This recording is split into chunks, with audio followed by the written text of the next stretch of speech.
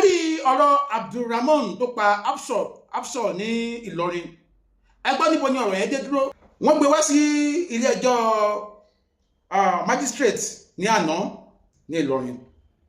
So ṣùgbọ́n ẹ̀sùn tí wọ́n fi kàn bẹ́ẹ̀ náà ni wípé ẹ̀sùn pé ó pààyàn. Àmọ́ ó sọ̀rọ̀ níwájú adájọ́, ó ní òun fẹ́ sọ̀rọ̀. Adájọ́ ní kí ló fẹ́ sọ.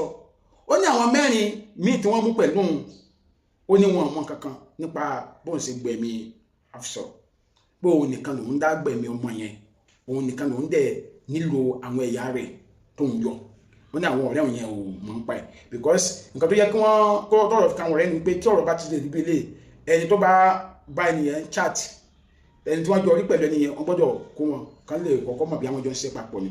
Ṣùgbọ́n adájọ́ ní kó gbé ìgbésẹ̀ tó yẹ legally láti fi wẹ àwọn ènìyàn mọ́. Another challenge that one face báyìí ni wípé kò sí agbẹjọ́rò kan tó fẹ́ dúró fún, kò sí agbẹjọ́rò kan tó fẹ́ dúró fún gẹ́gẹ́ bí lọ́yà yẹn ṣe sọ. So kò sí agbẹjọ́rò kan tó fẹ́ dúró fún.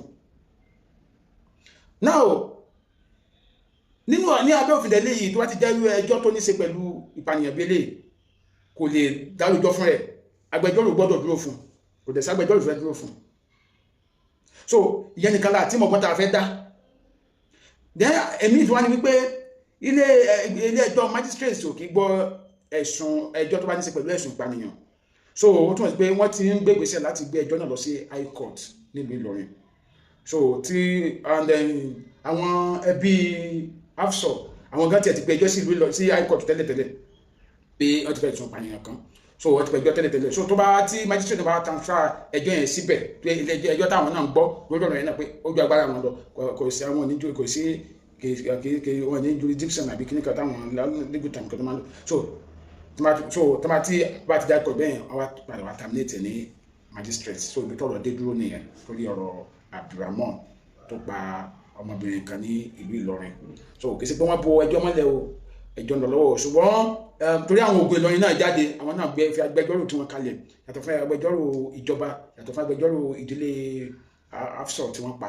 So ṣùgbọ́n ọ̀rọ̀ pé kò sí ẹni tó fẹ́ ṣe agbẹjọ́rò fún Abdulrahman, ìyẹn nìkan ni wàhálà báyìí tó máa dá ìgbẹ́jọ́ dúró.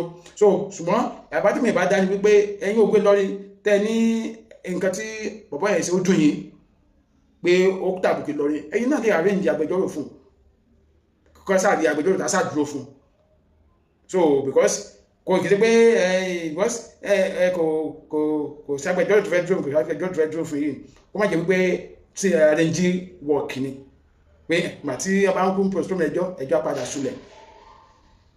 Because kìí sọ nẹ́ni àkọ́tún kọ́ máa pààyàn lórílẹ̀-èdè yìí, gbogbo àwọn orílẹ̀-èdè pààyàn lórílẹ̀-èdè yìí pátá ni agbẹjọ́rò dúró fún. Ó sì wá dé orí TNC dání kò sí agbẹjọ́rò tó fẹ́ dúró fún. Wọ́n dẹ̀ tó bá tí agbẹjọ́rò bá dúró fún wọn lè dájọ́ ẹ̀ torí kò lè rojọ́ fún rẹ̀. Ẹ̀yin tẹ́ wá mọ̀ nípa òfin dúró wa lọ kí lè rí sọ̀rọ̀ yẹn, ìgbésẹ̀ wo la lè gbé. Adémọ́dé lórúkọ mi, ire ó dàbọ̀. Ade Omo Ade, advocate for the masses.